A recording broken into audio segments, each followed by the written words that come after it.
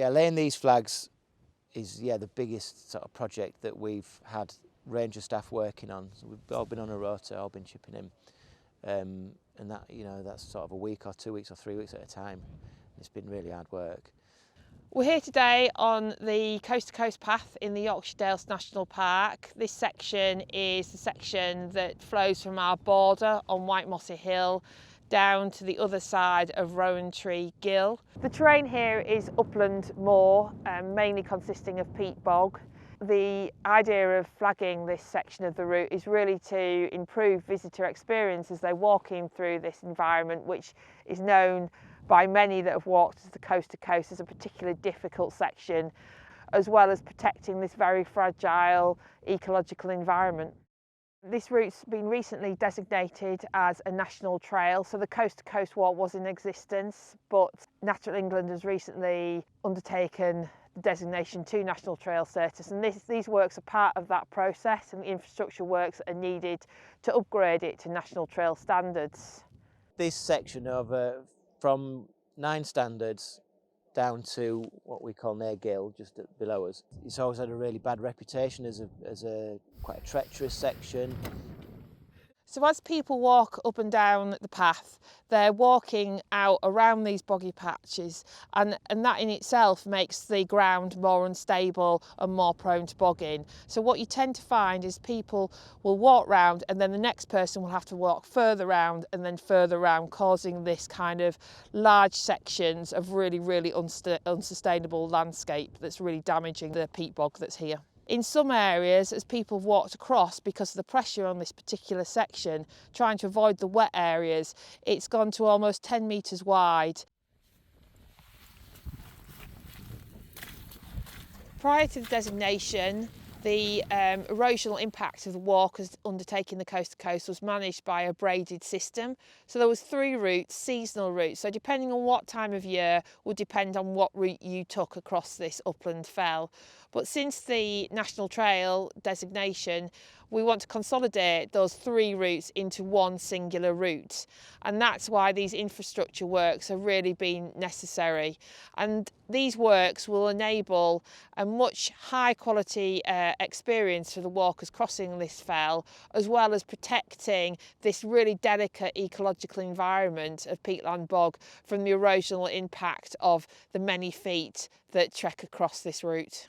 The area the path runs through is designated as a triple SI, Site of Scientific Interest, and has 2 European designations, a Special Protection Area and a Special Conservation Area. So the great thing about these flags is that we just can simply lay them on top of the bog and they float independently, so we don't need to do any kind of groundworks, significant groundworks into the bog itself. The flags are all reclaimed and come from mills located mainly in Preston. There's been approximately 450 airlifts lifting about 700 tonnes of materials to enable us to undertake these works.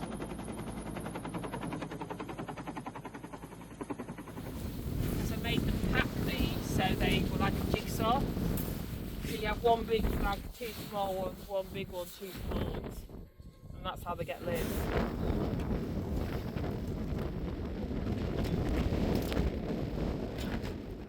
The draw of this was that it's so remote. We're as remote as you pretty much get in the Yorkshire Dales here, and if we could make it just possible for some more people to be able to get up here, that's worth the effort.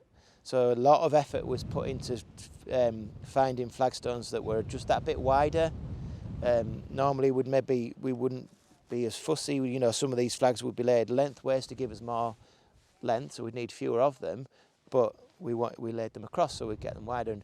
So generally the route is about 900 mils wide, which should be enough for a lot of mobility equipment. It's not going to suit everyone. There are slopes, it could be slippy. You're at risk of exposure. You can see it's a hard surface. It's going to be dry. It's going to be firm. So that'll give a few more people a bit more of a better chance to get up here, and that's worth the effort, I think. Even this has been down a year, and you wouldn't know we were here last summer putting it down, and like I say, people really love it.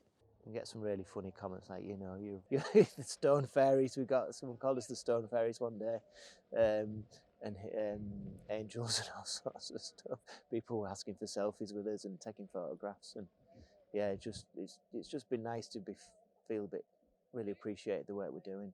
Yeah, this one woman told us that she'd not slept the night before. She'd booked this lovely B&B in Kirkby Stephen, and she'd not slept worrying. And then when she got up here, it was fine.